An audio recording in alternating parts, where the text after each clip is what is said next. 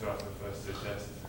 Yeah, no, it's good to be down here in Brighton, and I know the boys are looking forward to coming out here and having a good hit out and in our test prep leading into Manchester. Phil? Nathan, thanks for doing this first of all. You're obviously looking to play well here and get the nod for Old Trafford, but how gutted were you to be left out of the first two test matches? Obviously proud Aussie, you want to play for your country. Oh yeah, definitely. It was definitely disappointing to miss out on your the first two test matches of the Ashes series, but saying that, I'm pretty excited just to be a part of the Ashes campaign for 2013 over here in England. So yeah, you've got to move past the disappointment and give everything you got to the team and the boys out there in the middle. Obviously bouncing back is now what you've got to do. What do you do about Lords? Just consign that to, erase that from your memory and concentrate on the positives from Trent Bridge, because there were plenty of positives up there, weren't there? Yeah, definitely. We've taken a lot of positive out of Trent Bridge the first test, but it's disappointing effort there in Lords, you could say. So we've had to put that at the back of our mind or completely out to move on, especially down here in our test prep leading into the third test, which we have to bounce back. There's no doubt about that, and we have to play some good cricket and compete against England to win these Ashes back. With Jimmy Anderson talking about a potential 5-0 whitewash, could you feed off that?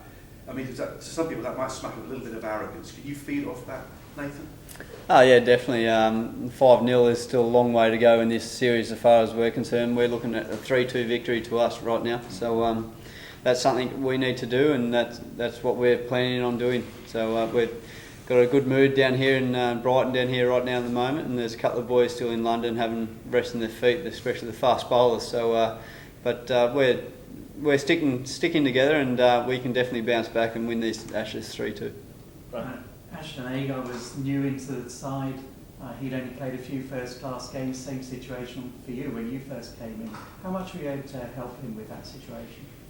Yeah, I'd like to say I was able to help Ash a little bit. I was excited as everyone, and especially disappointed when he fell short of his milestone in his first test. But yeah, Ash is an extremely talented bowler, there's no doubt about that, and hopefully I was able to, lend a little bit of advice and help. But when you're out there in the middle, it's you're out there with 10 other teammates, and yeah, so I can't really do much from the boundaries.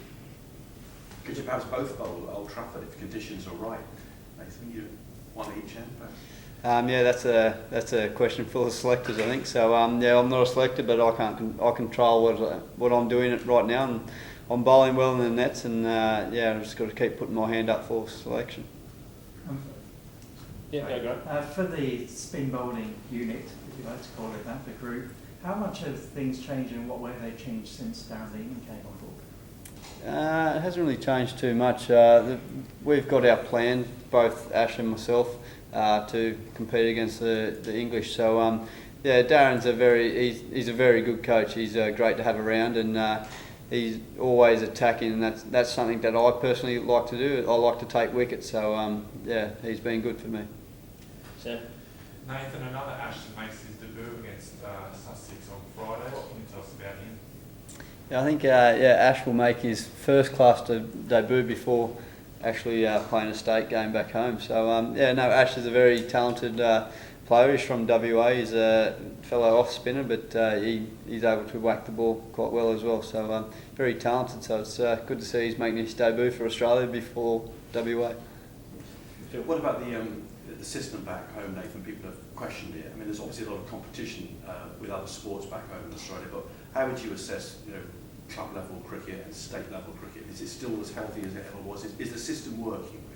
Yeah, I think it is. The grade cricket back home, it's still improving. There still needs to be improvement, but I think it's heading in the right direction. And especially state cricket, I still think it's one of the hardest competitions going around in world cricket right now. There's some great players still floating around there. Like we had Ricky Ponting still playing Shield cricket last year and still making hundreds. So to have the level of players playing still state cricket, it's definitely pretty good back home.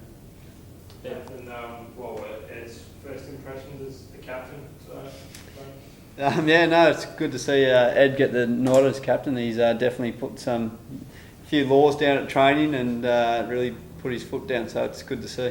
What areas specifically? Just like every captain does, make sure we train hard, get everything out of it. So the same lines as Pup, pretty much. Yeah, I suppose it's a good opportunity for Ed to, after missing the last test as well, to, and then with the added responsibility of leading the team.